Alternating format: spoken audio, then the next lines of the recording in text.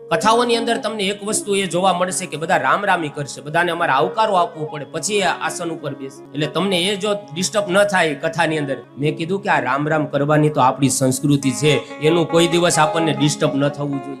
આવકારો આપવાની તો આપણી સંસ્કૃતિ છે. તારા આંગણિયા પૂછીને જો કોઈ આવે એને આવકારો મીઠો આપજે, આ સંસ્કૃતિ આપણી છે. ભલે પધાર્યા, પુનઃ પધારજો, ફરી પધારજો.